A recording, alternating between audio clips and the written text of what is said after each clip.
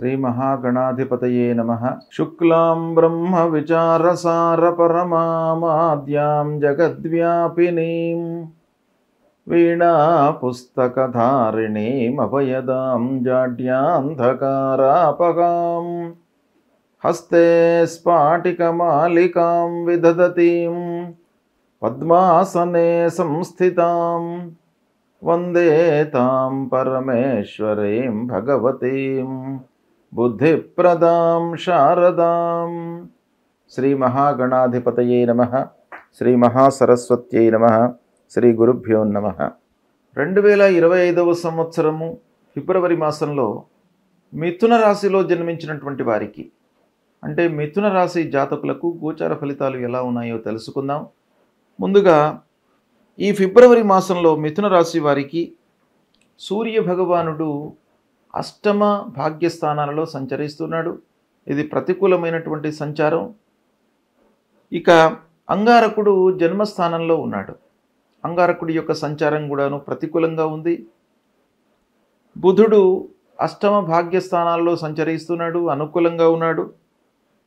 తర్వాత గురువు ద్వాదశ స్థానంలో సంచరిస్తున్నాడు, ప్రతికూలంగా ఉన్నాడు.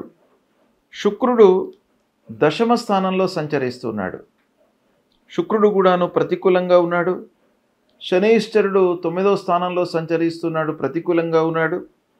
రాహు దశమ స్థానంలో ప్రతికూలంగా ఉన్నాడు. కేతువు చతుర్థ స్థానంలో ప్రతికూలంగా ఉన్నాడు. ఈ విధంగా మిథున రాశి వారికి ఫిబ్రవరి మాసంలో దాదాపు అన్ని గ్రహాలు కూడాను ప్రతికూలంగా సంచరిస్తున్నాయి కనుక ఒక బుధుడు అనుకూలంగా ఉన్నాడు. అంటే వ్యాపారస్తులకు చేతిలో ఉన్నటువంటి వ్యాపారం మటుకు కొనసాగుతుంది. క్రయ విక్రయాలలో ఇబ్బందులు ఉండవు. అయినప్పటికీ మిగతా అన్ని గ్రహాలు, ప్రధానమైనటువంటి గ్రహాలన్నీ కూడాను ప్రతికూలంగా సంచరిస్తున్నాయి కనుక ప్రతి విషయం లోపల కూడాను మీరు జాగ్రత్తగా నిర్ణయాలు తీసుకోవడము చాలా అవసరము. ప్రారంభించినటువంటి పనులు, ముఖ్యంగా పనులపైన ఈ గ్రహస్థితి ప్రభావాన్ని చూపిస్తుంది. మనం ప్రారంభించేటువంటి పనులు ఎలా ఉంటాయి? పూర్తి అవుతాయా? మధ్యలో ఆగిపోతాయా? ఆర్థికపరమైనటువంటి ఇబ్బందులు ఉంటాయా?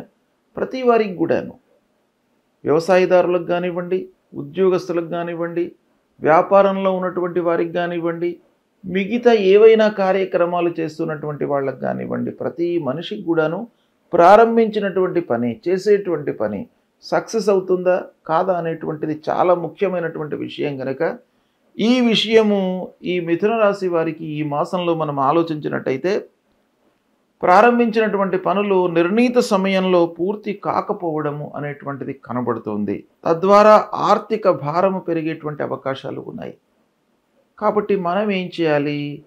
ఆ పని విషయం లోపల మనము పూర్వాపరాలను బాగా ఆలోచించి ఆ పని యొక్క విషయము మనకు పూర్తిగా అవగాహనకు వచ్చిన తర్వాతనే ప్రారంభించడం మంచిది. ఒకటి. రెండవది, ఆ పని లోపల మనము 200% ఎఫర్ట్ పెట్టి పని ప్రారంభించడము చాలా మంచిది. మనస్సు నిలిపి పనులు చేయడం అనేటువంటిది చాలా అవసరము. ఇక ఉద్యోగస్తులకు ఆఫీసులో పని భారం పెరుగుతుంది. తోటి వారిపై అధికారులతో మనస్పర్ధలు పెరిగేటువంటి అవకాశాలు ఉన్నాయి. కాబట్టి ఉద్యోగస్తులు ముఖ్యంగా చాలా జాగ్రత్తగా వ్యవహరించాలి ఈ మాసం లోపల.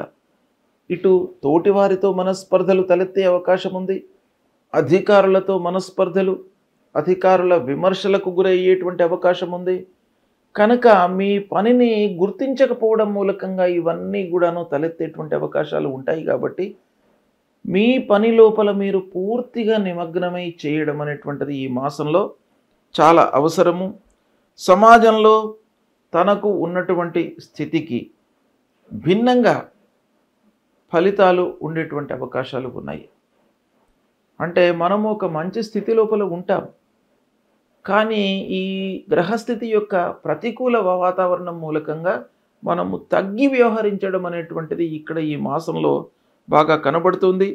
ఇక దీర్ఘ ప్రయాణాల మూలకంగా అనారోగ్యము, తద్వారా కొన్ని సమస్యలు తలెత్తేటువంటి అవకాశం బాగా కనబడుతుంది. కనుక ముఖ్యంగా ఈ మాసంలో మీరు ఆరోగ్యంపై బాగా శ్రద్ధ వహించాలి. ఆర్థిక పరిస్థితిని అంచనా వేసుకోవడము చాలా చాలా ముఖ్యం ఈ మాసం లోపల.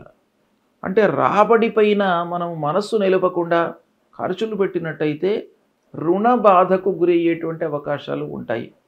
అప్పుల ఊబిలోకి మనం వెళ్ళే అవకాశాలు ఉంటాయి. కాబట్టి బేరీజు వేసుకోవాలి.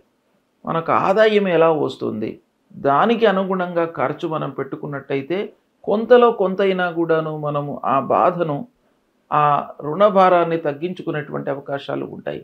గ్రహస్థితి బాగాలేనప్పుడు కొన్ని రకాలుగా ఫోర్స్డ్గా ఖర్చులు మనకు ముందుకు వస్తుంటాయి. దాన్ని మనము ఆపలేము. అయినప్పటికీ మనము వ్యక్తిగతంగా మనమేం చేయాలి, ముందు వెనుక ఆలోచించి ఖర్చు పెట్టుకున్నట్టయితే కనీసము ఒక 50-60% మనం ఆపడానికి అవకాశాలు ఉంటాయి. ఇకపోతే అనవసరమైనటువంటి ఖర్చులతో ఇబ్బందులు, భార్య పిల్లలతో సంతృప్తిగానే ఉన్నప్పటికీ అనవసరమైనటువంటి వాగ్వివాదాలు తలెత్తేటువంటి అవకాశాలు ఉన్నాయి ఇంటి లోపల.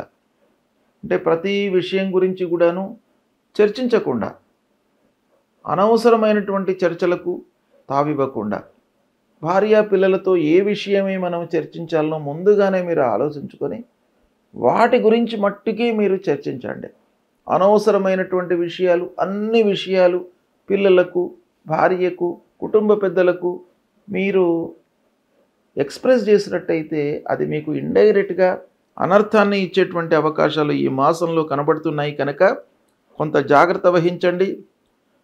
పిల్లల చదువుకై ఖర్చులు పెరిగేటువంటి అవకాశాలు ఉన్నాయి ఈ మాసం లోపల. ఇక చదువు పూర్తయి ఉద్యోగ వేటల్లో ఉన్నటువంటి వాళ్లకు ఈ మాసంలో తాత్కాలికంగా కొంత ఊరట లభిస్తుంది. కొంత చిన్నపాటి ఉద్యోగం లభించేటువంటి అవకాశాలు ఉన్నాయి. అయినప్పటికీ పర్మనెంట్ ఉద్యోగం కొరకు ఇంకా మీరు శ్రమించి కాంపిటేటివ్ తరహా లోపల మీరు అన్నింటి ఇంటర్వ్యూలకు ప్రిపేర్ కావడం అనేది ఈ మాసంలో మీకు అవసరము. ఇకపోతే పూర్వము తీసుకున్నటువంటి అప్పుల వారితో మీకు ఈ మాసంలో కొంత ఇబ్బందులు కనబడుతున్నాయి. దాన్ని దృష్టిలో పెట్టుకోండి. ఫైనాన్స్ విషయం లోపల ఈ మాసంలో మీరు చాలా జాగ్రత్తగా ఉండండి. అంటే మనము ఓవర్గా ఊహించుకోవడం మూలకంగా, లేదా నలుగురి కొరకు ఏదో చేయడం మూలకంగా మనము అప్పులలోకి వెళ్ళేటువంటి అవకాశాలు ఉంటాయి. కాబట్టి దీన్ని జాగ్రత్తగా చూసుకోండి. ఆదాయ మార్గాలను అన్వేషించడం ఈ మాసంలో మీకు చాలా అవసరము. ఖర్చులు తగ్గించుకోండి. న్యాయపరమైన సమస్యలకు కొన్ని పరిష్కారాలు ఈ మాసంలో లభించే అవకాశాలు బాగా కనబడుతున్నాయి. కోర్టు వ్యవహారాలు మీకు అనుకూలంగానే ఉంటాయి. న్యాయవాద వృత్తిలో ఉన్నటువంటి వారికి, కొంత రాజకీయపరమైనటువంటి వృత్తి లోపల ఉన్నటువంటి వారికి కూడాను ఈ మాసం మీకు అనుకూలంగానే ఉంటుంది. కాబట్టి కొన్ని విషయాలలో మీరు ధైర్యంతో ఉన్నట్టయితే కొన్ని సమస్యలను అధిగమించేటువంటి అవకాశాలు ఉన్నాయి. ఓవరాల్గా మనం చూసినట్టయితే మిథున రాశి వారికి ప్రతికూలతనే ఎక్కువగా కనబడుతుంది. కాబట్టి 1కి 4 సార్లు ఆలోచించి అడుగులు వేయడం అనేటువంటిది చాలా అవసరం ఈ మాసంలో. ఇకపోతే ముఖ్యమైనటువంటి గ్రహాలు, గురు ద్వాదశ స్థానంలో ఉన్నాడు. ద్వాదశ స్థానంలో సంచరించడం మూలకంగా ప్రతికూలమైనటువంటి వాతావరణమే ఉంటుంది. అనవసరమైనటువంటి ఖర్చులు ఉంటాయి.